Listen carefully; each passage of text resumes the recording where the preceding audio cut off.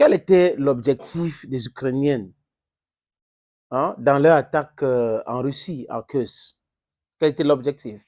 Parce que s'ils n'ont pas d'objectif, ça veut dire qu'ils sont en train de plaisanter. Donc, ils ont les servi les soldats comme euh, canon à chair, c'est le mot que je cherchais là, les amis, aux Russes. J'ai même vu une image d'un soldat ukrainien ou des soldats ukrainiens capturés qui étaient en train d'expliquer les choses, ce qu'on les a dit, attaquer les civils, brûler les maisons, piller et autres. Bref, c'est ce que lui, il a dit. On peut nous expliquer que c'est parce qu'il est sous pression, on l'a attrapé, l'FSB l'a attrapé et autres. Mais ce n'est pas très loin de la réalité. Donc, l'objectif militaire de faire une incursion en Russie, c'était quoi? Volodymyr Zelensky avec Alexander Sushki, ils ont tenu une réunion et Zelensky a dit que le but, c'est d'amener la guerre vers les Russes pour que les Russes ressentent la souffrance, la peine des Ukrainiens. On parle de 12 morts, à peu près 123 blessés.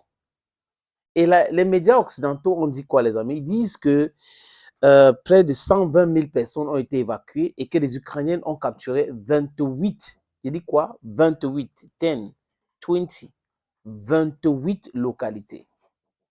Et qu'ils occupent à peu près 1000 mètres carrés en Ukraine. Plus de 1000. Qu'est-ce que j'ai dit? Oui, 10 000 mètres carrés en Ukraine. Mais seulement, les amis, quand on regarde la réalité, avec ce qu'ils sont en train de dire, il y a vraiment ces deux mondes différents. Les Ukrainiens ont essayé quelque chose.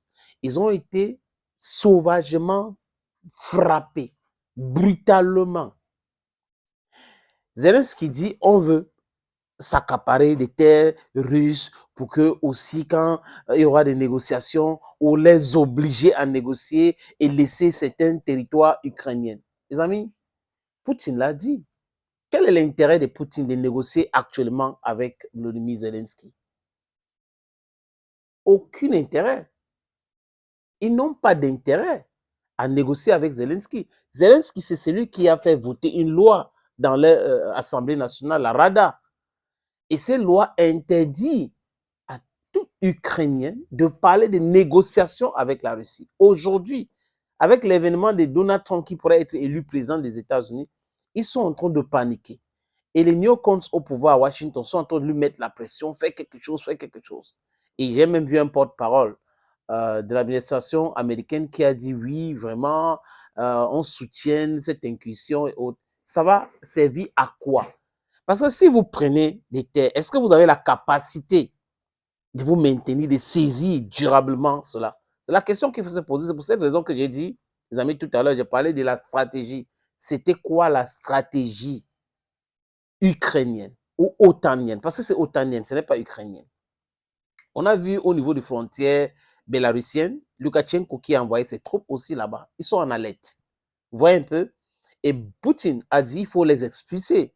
Le chef d'état-major de l'armée russe, Gerashimov, a fait un discours avec Poutine. Je veux dire, il a présenté les faits devant les ministres et Vladimir Poutine était là. Le gouverneur de la région de Kursk a aussi parlé.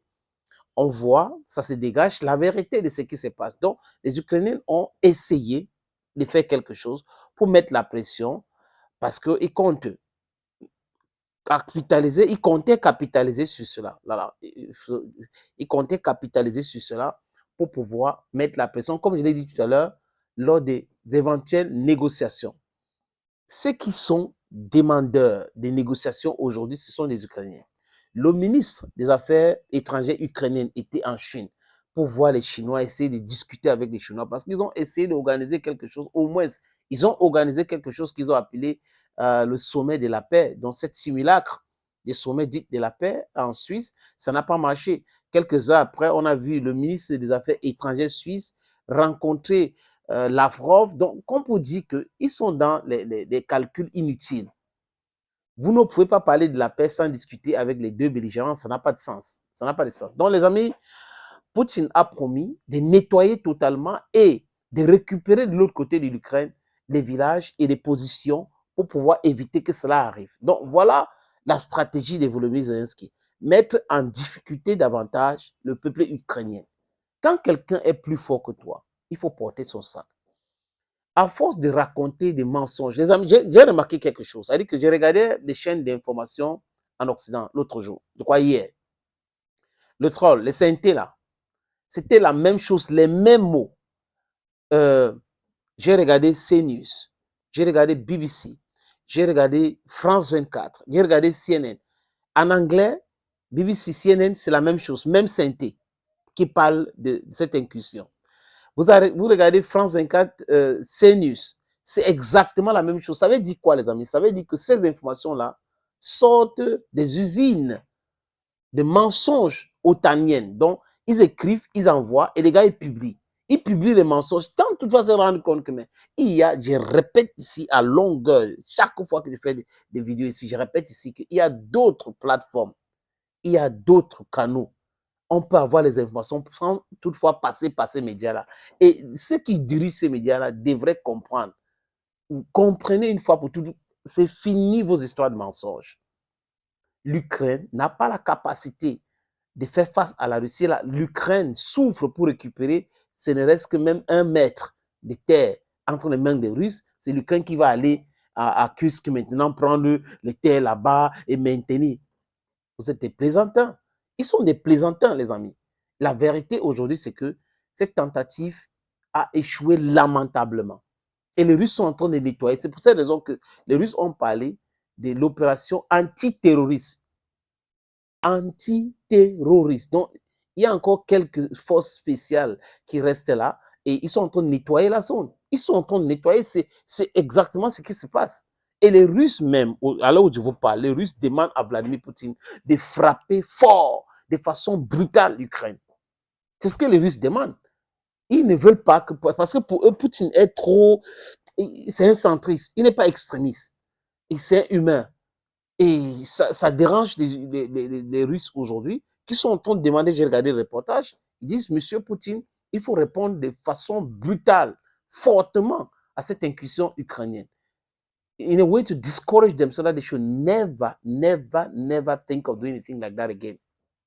Bon, en attendant que M. Poutine réagisse, les amis, par rapport à cela, parce que certainement il est en train de préparer une riposte foudroyante, il y a eu des attaques russes à Kiev, on nous parle toujours des civils, hein, des attaques, mais il y aura une attaque coordonnée et brutale. C'est de ça qu'il est question aujourd'hui, les amis. Et les Occidentaux, ce qui les énerve davantage, c'est que la Russie fait face à eux et ils avaient compté sur l'aspect sanctions pour affaiblir la Russie et balkaniser la Russie. Mais les sanctions ne marchent pas. Ça s'est retourné. Il y a le ripple effect. Ça s'est retourné contre eux. This is your Bamenda man, this is your Boya man, this is your Ekuna man, this is your Munya man, this is your Muyuka man, this is your Bakore man, this is your Mbengui man, this is your Banso man, and proudly anglophone. I have this opportunity, 2 terrains à vendre, un à Japoma et un à Bonapriso. Bonapriso, 576 mètres carrés et du côté de Japoma, c'est 1000 mètres carrés. Les amis, si vous êtes intéressés, regardez cette petite vidéo et appelez-moi, nous allons discuter.